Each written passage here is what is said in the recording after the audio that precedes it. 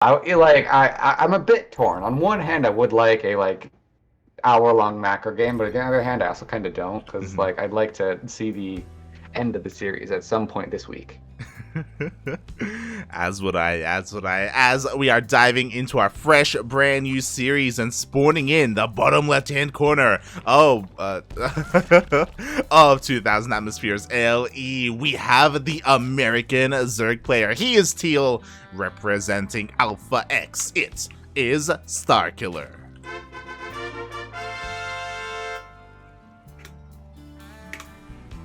And in a normal color, doing normal things, spawning in the top right, playing in the pink. Give it up for Storm's Jenasin.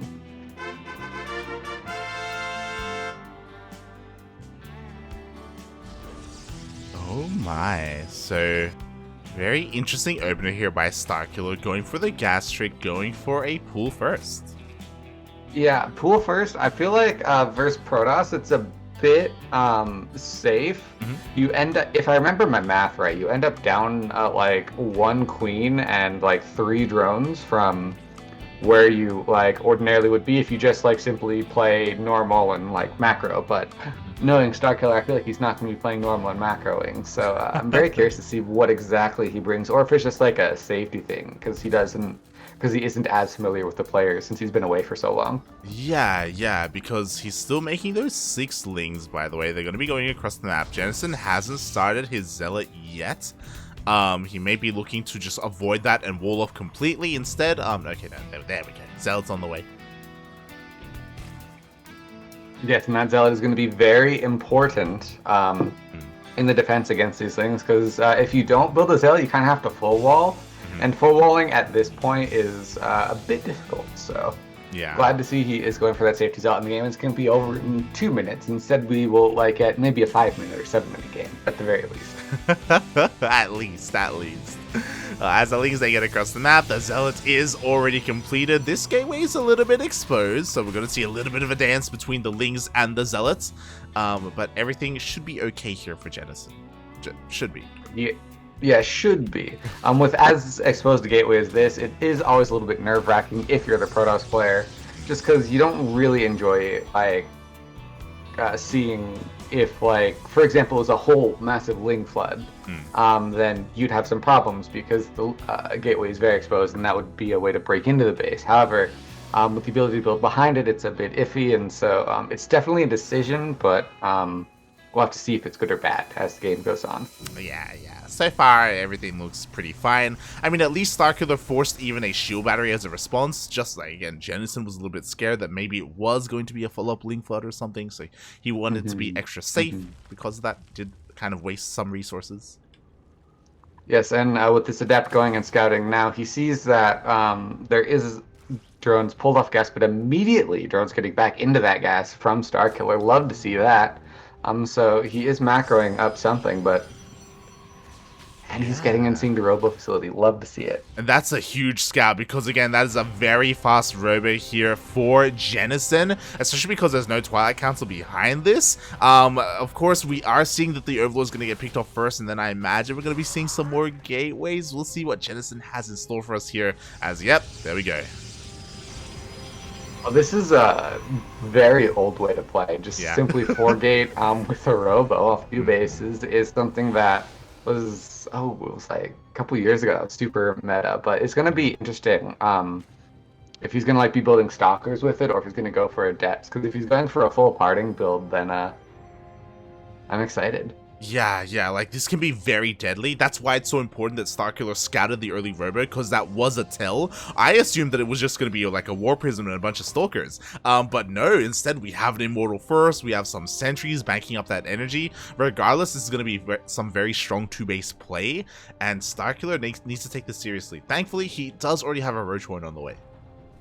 So the Roach Horn is going to be very helpful, especially against buying time for against the Protoss units. While Immortals are pretty good against the Roaches, the Roaches are able to basically buffer a little bit and let you maybe try and outmass them if you're able to catch Immortals in a bad position, or at least buy time to get into a better position as a third player. Definitely. Meanwhile, Jenasin, mate, he's freaking out, right? It's crazy what he's doing. After the Robo, he's got a Robotics Bay on the way, and a Twilight Council behind that. Like, this madman, he's going Disruptors. Or it should be Disruptors. Yeah, I love the Disruptors, and it's also a very late third base, I would like to point out, from our Protoss player here, as basically the Nexus has been delayed significantly in favor of tech, which means that Jenasin's going to have a very high-tech army with even Warp Prism speed. What? Oh my. We're going to be seeing some Disruptor drops, boy. Let's go. Love this. But you're 100% correct here. Like, again, I have to wonder if the third base is because he got scattered, so he thought maybe he couldn't end the game, so it was a little bit delayed, that's why, or if this is what he planned to do all along. It's hard to say, but like there's multiple like facets to this aggression here from Jenasin, right? Step 1 is the Immortal. Step 2, like those Disruptors. Yes, and step-by-step plan is always nice, as we do see a Queen getting picked off, a couple of drones as well. And Starkiller is instead just going completely across the map. He is like, do I really need my main base? I don't think so. We'll have to see if he is right, as he's trying to break in. There is that Zealot going down. The Shield Batter is trying to keep these Stalkers alive, but it looks like Starkiller just might break through. Yeah, he just barely breaks through. We have a force field, but it's a little bit too late. What's important, though, is the first Disruptor does come out. How good is the Purification never going to be? Up! 3 Roaches. 3 Roaches. That's pretty good, but I don't think it's good enough, as the Immortals are finally home, but this Disruptor is just not quite in numbers yet, and so Jenasin's in a bit of trouble. Yeah, that he is so far. The Warp Prism Micro is pretty good, but he cannot afford to lose an Immortal. Oh my god, he almost loses one of them. Meanwhile, the rest of the army is coming up here into the main base right now. Starkiller is committed with this, and is he dealing enough damage?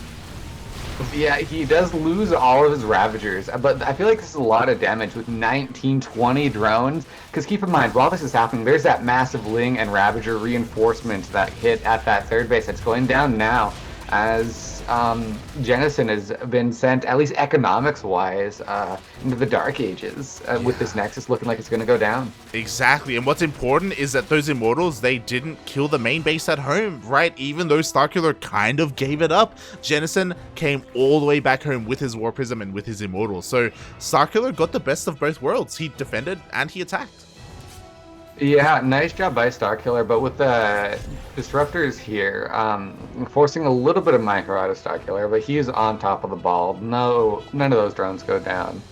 And with this massive Ling army, it's I feel like it's a bit difficult if you're Jenasin here to really make a lot of progress. So he is trying to commit to an attack of some kind to try and buy time, but that's a lot of Lings, the production tab light. Oh yeah, 20 Lings are on the way here. No sentries. Okay, never mind. There is 1 sentry for force fields. Those force fields are going to be so important to try and deny that surface area. Maybe Jenasin can make something happen. He has to at least kill the third base. Maybe even just try to straight up end the game. Yeah, he has to do something, but he does have a third base being built at home, so like there is a potential for it, but this is a massive surround. The force field turns on, the Disruptor tries and gets oh, that's a pretty good shot, but I don't think it's quite good enough, as once again, Jenasin losing most of his army. Yeah, exactly. I feel like that engagement had much to be desired there for Jenasin. I'm sure he killed 12 workers, I guess, but he also lost a lot of his Immortals, he lost a lot of his Stalkers, and now he's vulnerable to a counterattack. Oh, he doesn't even get the shot off. That's tragic, but he does cancel that third base, and he's rebuilding behind the wall. But with 12 mutas on the way, it's a bit nerve-wracking, as we do have those mutas that are now popping. They're heading across the map, and are these mutas going to be the death buff? Because Ling muta's pretty good, but with shield batteries and stalkers, are they good enough? I think the least we can say is that Jenasin is not going to expand.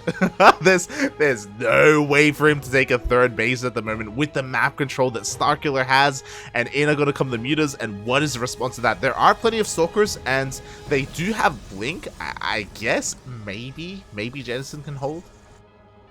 Yeah, it looks like he'll be okay for at least a little while, but with these mutas diving into the main base, with that, they get Blunk on, and 2, maybe 3 mutas go down, which is very unfortunate, but you do love to see that. Starkiller is just trying to keep his opponent at home, keep him on 2 bases. If they're on 2 bases for long enough, eventually the Ling muta can maybe outmass the Stalkers, or he'll transition to a slightly better tech. Oh, yeah. Oh my god! Oh no, he tried to dive onto the disruptor with the mutas, but he just wasn't able to get it picked off in time, and it even lived because of the warp prism. That's tragic. Mate, that disruptor has 41 kills. 41 kills on that one disruptor. And now it's go time. Now Jenasin, he is all in. He has a lot of momentum going his way. Sure, starkiller has a 4th hatchery, but he lost a lot of his army. And now, mate, things are about to get really scary. Exactly. starkiller doesn't have upgrades in the way, so if he lives, he'll probably be in a very good spot, but a lot of his mutas are across the map, and this army is here, and it is looking for its rent money. These stalkers going and diving onto that 3rd base, and just like, starkiller has nothing else but to retreat. Exactly, there's nothing at home to defend. The mutas have to return. Meanwhile, the mutas instead are going straight for the mineral line for those probes. We're in a bit of a pseudo base trade here, but I feel like eventually starkiller has to return and try to fight this army. Oh god. I mean, I don't feel like starkiller has the unit composition to fight this army at this point. The stalker count's too high, so I feel like his best bet is to go for full base race. Channel your channel all the memes, kill the probes, try and kill the buildings, try and pick off what you can on the other side of the map. Meanwhile, just but he is coming home, and so this is going to be an interesting fight. He's pulling the boys. He's going with everything. Oh, I love to see it. The mutas are on top of everything. Starkiller is trying to win this game, and with upgrades just barely finishing partway through the fight, it's going to be a little late, but are the mutas going to be enough? That is a lot of stalkers. Yeah, that is a lot of stalkers. It looks like all the workers are going down. Eventually, the mutas do kill the War Prism and all the robo units, but what about the stalkers? And oh my god, the Immortal survives on 1 HP! 1 HP, nearly 30 kills. What an Immortal. Truly living up to the name. Jesus Christ, finally it goes down, but now we have nothing but stalkers. Apparently not all the boys were pulled. Feels bad, man, but 1-1 is done. Maybe the lings are coming in, the stalkers are low, but oh god, it's still so difficult to deal with big stalkers. Pretty good.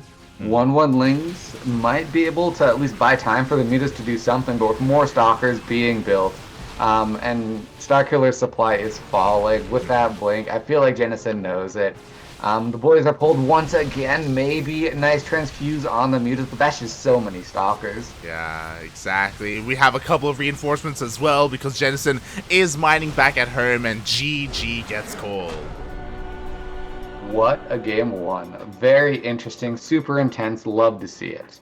Now I do question, if starkiller had just committed to like going full base race memes, like doing the complete, I'm going to expand everywhere that I can. I'm going to run you as ragged as I can and basically try and use my more mobile mutas, because he lost all his links at that point after the disruptor hit. If he maybe could have pulled that out, but it's a question for another time as we wait to get into game number 2.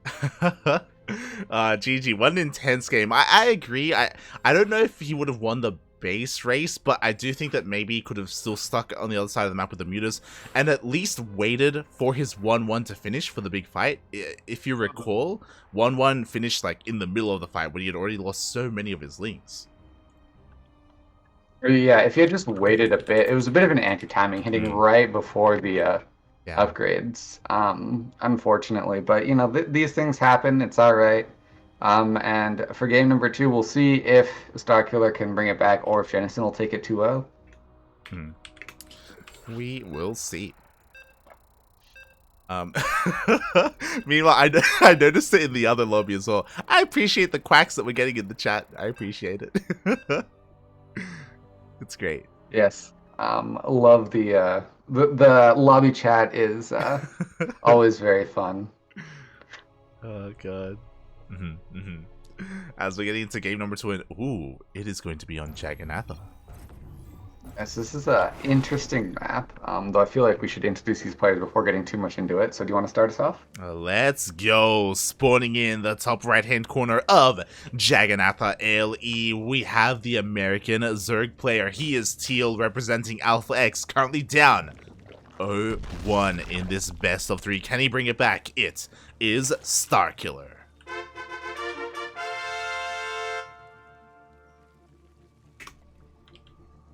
In the bottom left-hand corner, he's in the pink. He's playing Protoss, representing Psystorm. Give it up for Jenasin.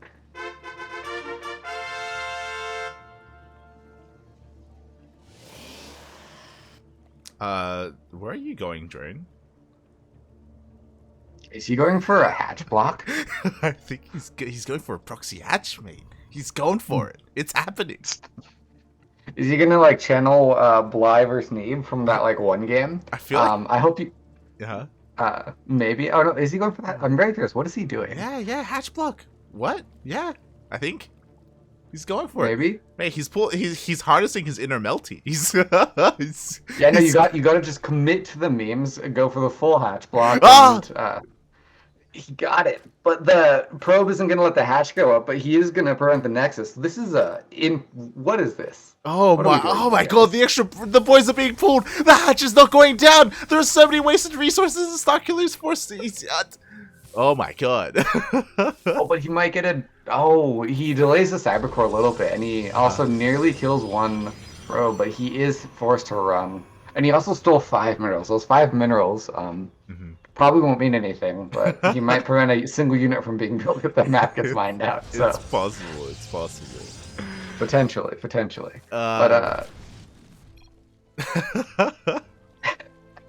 Jenasin is as confused as we are, as back home more normal things are happening as the that's an interesting third base location from starkiller.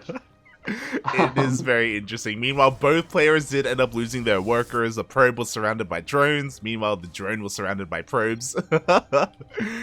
Oh god, but like I feel a little bit sad that we didn't get to see the hatch block. Like, starkiller wanted it, he had the resources for it, but he just couldn't quite pull it off. Jenasin with the big brain plays, like pulling all the boys. And I guess things are kind of evening out. But as you said, that is a very aggressive third. Yeah, it's definitely a decision to build your third in that location. I'm not sure if it's good or bad, but it's a different way of playing than the what's considered super stock standard macro play. That you might see Serral or like AlphaGo play, or Alpha Star. Yeah. Like with this, I mean, it also depends on how up to date starkiller is with current meta. Like you can spread a lot of creep from here and then go for a queen push, especially on Jagannatha with these speed zones. So like queen all-ins can work quite well here. We'll see if he commits to that because we don't have a Stargate opener. Jenasin this time is going for Twilight Council. Yeah, that Twilight Council build is very interesting, but he's delaying the research on it, and it's very hard to tell. But I'm curious if starkiller is going to be able to see that Twilight Council isn't researching. Morphe's going to just assume it is since it was built, and or maybe it's DTs. I'm very curious, like, what is Jenasin really going for here? I am confused of the lack of research. I think maybe he wants to make starkiller think it's DTs, and he's waiting for the kill on the Overlord. But even then, that's delaying the research by so much. Like, what is the plan here? Yeah, confusion is I feel like the order of the day, but charge getting researched being what's going on as this adept getting some kills is very nice. Yeah, 1 kill so far. Can he get a second? It looks like he will get a second. Ooh, as I just realized we don't have game hard, and now with the death of that adept, we do have our Roach Warren. Yes, I love these players. They're doing like very tiny mind games. Yeah. To try and just like get ahead here. And the spore crawler being completed and in the mineral lines now. I kind of like the spore crawler personally, just because like in case it is DTs, true. It's nice to have, and like in case you're doing something really weird like Twilight and Stargate, you're also ready. Yeah. Like, I 100% agree with what you're saying. Like, both players are playing 4D, 5D chess right now. Like, there's so much going on with the scouting and the lack of information and the information that's misleading as well. Like, like even coming back to this like delayed upgrade, like it's inefficient because it's delayed, but it's also like you get in your opponent's head because we are getting a charge all in here with 6 gateways. Oh my god. Yes, I love the charge all in. It's a little late, but he's even getting a second warp prism. I love this. Oh my this god. Is such a good move. He's just like, yeah, I'm just gonna like throw 2 warp prisms at you and then a warp in at 2 different locations. We got this, guys. Don't worry. Jesus Christ, there's just so much going on right now. It's insane. And we have disruptor follow up. I love the disruptor follow-up. This is great to see. So yeah, it's going to be charge into disruptors. You love to see it. This is the play of the century as that Warp Prism is discovering the third base. But don't worry, there's a second one. You fell right into my trap, and the shield. Oh, the force field on the ramp. There's no Ravager. The Ravager's only just now being warped in. Oh my god, the plays. Oh, and he warps in more. He warps in more. Only 4 lings get in. He's that second sentry is nice. But he just barely misplacing that force field the third time. But with charge lots in the third base, you got 2 warp prisms, man. Yeah, so much on the rat. The Roach Warren! Wow, the Roach Warren goes down. Drones are going down left and right as well. Again, we don't have game hype, but in the end, 10 drones have fallen. We have a remake of the Roach Warren. And again, because of that, because of this, like, the counterattack is going to be so much weaker, and disruptors are already on the way. Yeah, these disruptors, the force going down, Jenasin, he's prepping for that macro game. Even though he's on 2 bases, he knows that eventually, the upgrades in the cannons will save me. But with only like 2 Ravagers right now, and the double Warp Prism just like dancing over the skies. What is this? What is even happening right now? Starkiller, he's forced to go all the way back home. He knows he cannot break the natural base, and now just like that, Jenasin has the map control.